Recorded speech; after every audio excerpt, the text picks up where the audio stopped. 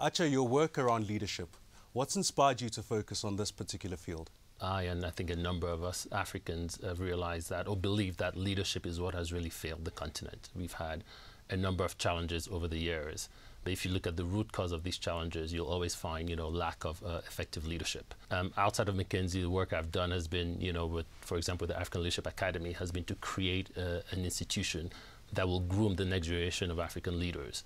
And with the African Leadership Network is another institution that brings together what we call the current generation of African leaders and creates bridges and networks amongst all of us so that we can bring prosperity to Africa. Where do you think the big gaps have been in terms of cultivating the next generation of leaders for Africa? On two fronts, one on the skills, just the numbers, and also on actually the leadership itself. So let me talk about the skills. If you look at Africa today, we have a workforce of about 400 million people out of our billion.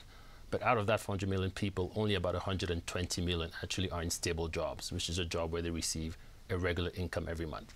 So there's a huge gap of about 280 million people who don't have stable jobs. That's just today.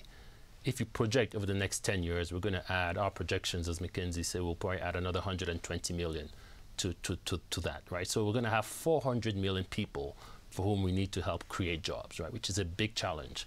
In the past 10 years as Africa, we've only created about 40 to 50 million jobs, right? So we need to do it 10 times faster. So there's a big problem in just skills and creating jobs. And by the way, part of it is also entrepreneurship, because we're not going to be able to create enough jobs for the people, right? So we're going to have to encourage people to be entrepreneurs, to create jobs for themselves, and also to employ others. So that's on one hand. On the other hand, on the leadership front, there's also been a challenge, and I would say probably on two fronts. One has been really around some of our public sector leaders not really looking out for their institution, for the country, but more for themselves, right? And a lot has been spoken about in that front. But I also think part of it is also just skills within the public sector leaders. I think most of our public sector leaders have grown up more from a political perspective, right? And we believe that, we also need to get more private sector minded people into public leadership, right? To complement and bring more of a private sector minded approach, KPIs, targets, tracking deliverables against plans into the public sector to ensure that we see more delivery. Across the world, you see a lot of African diaspora holding these leadership positions. What can we do as a continent to attract those skills and leadership back to the continent? First, I think we recognize that we're doing quite a good job, right? I'll just give you an example. We set up an office as McKinsey in Nigeria about 5 years ago.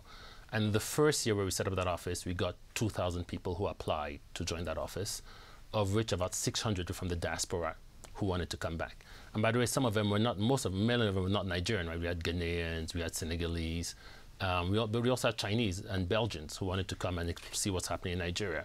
The second year, we got 3,000 applications, of which about 800 were from the diaspora. So we're definitely seeing a trend of the diasporans looking to come back. One, because, the opportunities are not as plentiful as they used to be outside or as exciting. But two, also because they recognize what's happening on the continent is dynamic, it's growing, it's fast moving, people can actually start businesses, people can make a lot of money like people have. So we're seeing that now. We do, like I showed some of the numbers with you, we still need to accelerate that.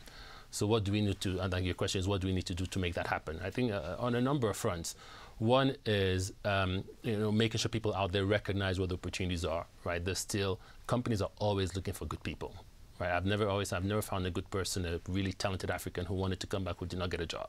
So it's really getting the message out there around companies looking, but also creating a match. I think part of it is also making sure that on the supply side, people are looking for jobs, and on the demand side, the companies, there's more of a way to create a match between these two. So I'll give you an example again at the African Leadership Academy. What we've done is we bring about 100 students every year. It's a 2-year program, high school, and we have about 4,000 applications. After those 2 years, we place these students in the best universities around the world, including in Africa. But the agreement is that by the age of 25, they need to be back on the continent. But what we've done, we didn't want to leave the students out in Europe or in the US having to rely on the career counseling entities in the universities to place them, because they would never place them back in Africa, or very few. So we've developed our own institution, or an entity within ALA that actually helps place these students. So last year we placed 170 of our students back in internships on the continent. This year we're hoping to place 250. One of the critical things, and I think the African Leadership Network touches on that, is networking amongst African professionals. How extensive has been the reach that the African Leadership Network has built? We realized that what we're missing, exactly to your point, is networking amongst Africans. So we typically network either at a sectoral level, so the bankers would network amongst themselves, so the people in telecoms, or we network more at a country level.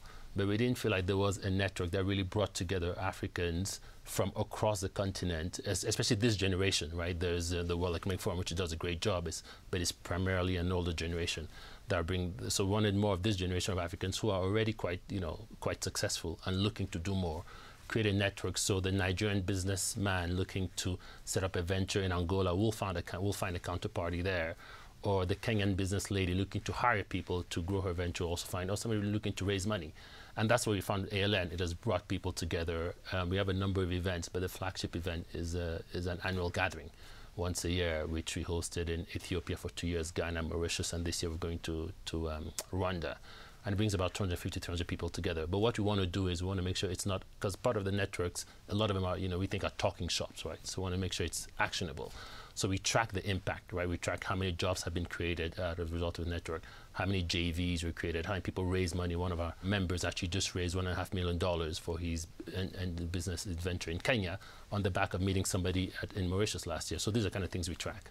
What can business schools do to accelerate leadership development on the continent? We believe that, leadership is you're not just born to be a leader, you can actually be trained, right? So what are the skills that you need to be effective leaders?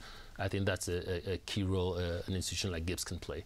Secondly is then part of the network, right? Is also bringing these leaders from across the continent together to build a network at this early stage in the career. And the third, I think, is advocating, right? Making sure people understand what it takes to be an effective leader, highlighting successful leaders who can serve as role models for others, and for, so the people coming after us, the younger generation, don't only look to soccer stars as role models, but look to some very successful business leaders and also very successful political leaders. Acha, thanks for your time. It's really been enlightening. Thanks for having me.